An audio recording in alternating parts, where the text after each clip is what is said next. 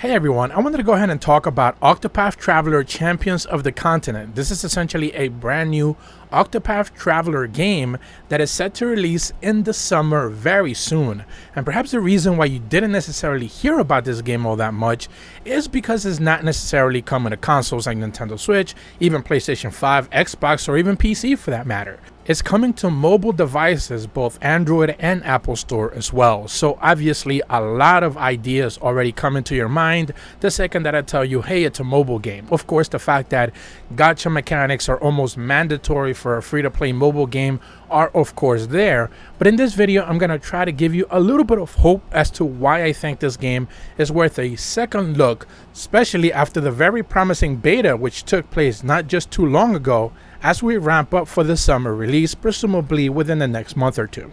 So basically, if this is your first time hearing about this game, Champions of the Continent is a prequel to the original game that takes place in the same world. And when clearing different side stories, players can encounter original heroes, where a battle system is essentially the same as the original Octopath Traveler, with slight adjustments made to work with essentially 8 characters in your party instead of the typical 4. This time, instead of the 8-man characters, there's actually 64 characters that you can actually unlock altogether. So you are going to be unlocking plenty of characters with, of course, the gacha mechanic. With these new additions being added into the game, it means that there's 8 specific weapon types and 8 different elements available to you at any one time.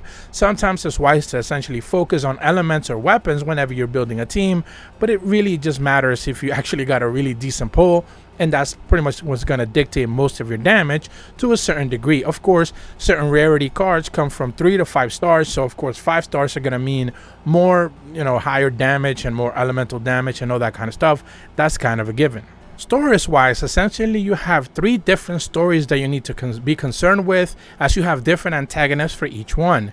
And you can choose to start whichever one you want at any given time. You can finish one halfway through and then you can jump to another point. You don't necessarily need to be too concerned as to you have to finish one if you lock yourself into it. After you finish them, however, then many more stories will lead up to it, where essentially every single character you begin to recruit will have their very own side stories and missions and storylines that you're going to discover the more you progress. Now, the game originally dropped in Japan in November of 2020, and a lot of information has kind of been already disseminated from the fact that the Western release is trying to aim a little bit different than what the Japanese audience essentially was being presented with. And one of the differences is that monetization for this game is being handled a little bit different, where the real only way for you to be able to spend money is through the gacha mechanics. Or if you wish to continue after you essentially get killed in a specific battle with a boss encounter or anything like that, you can spend premium currency to be able to revive yourself and continue forward. But that's about it. Everything else is just gacha banners and new characters being popped up post-launch. We don't necessarily know if the roadmap is going to be adding even more characters from the 64 aforementioned characters.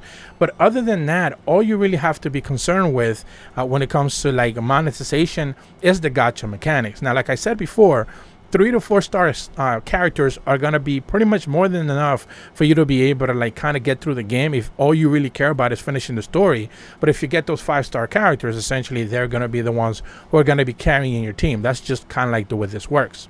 One of the things you are not going to have to worry about is a stamina system or a stamina meter, where essentially they limit the amount of hunts you can do or the amount of battles you can have or anything along those lines, with typical mobile games, where that's even another way for them to monetize and kind of make you continually pay. There's a clicking, talking the game, and you're constantly gaining stamina. Eventually you run out of stamina and you have to come back in 3 hours. That is not the case here. Essentially, you just can continually keep playing if you can continue to be essentially rewarded by leveling up. Again, you need to level up because some of the encounters are continually going to get tougher, and some of those bosses are really going to kick your butt a little bit.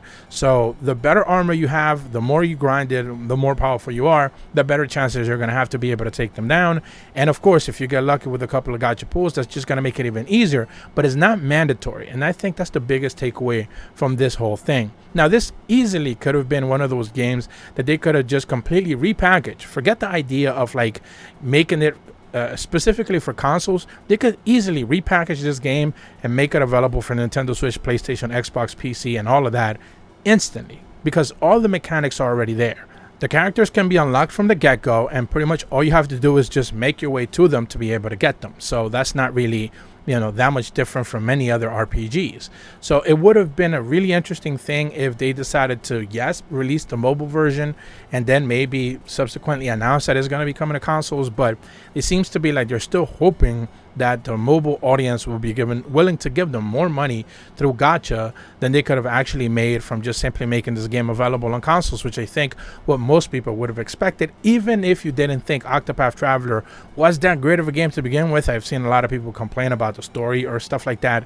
But you cannot deny the fact that the HD 2D is so extremely influential in what so many other classic RPGs are starting to do now. So, for all the criticisms Octopath were levied to originally, it's become a really, pivotal game going forward with just how many other games, even from Square Enix, are starting to do those same things visually.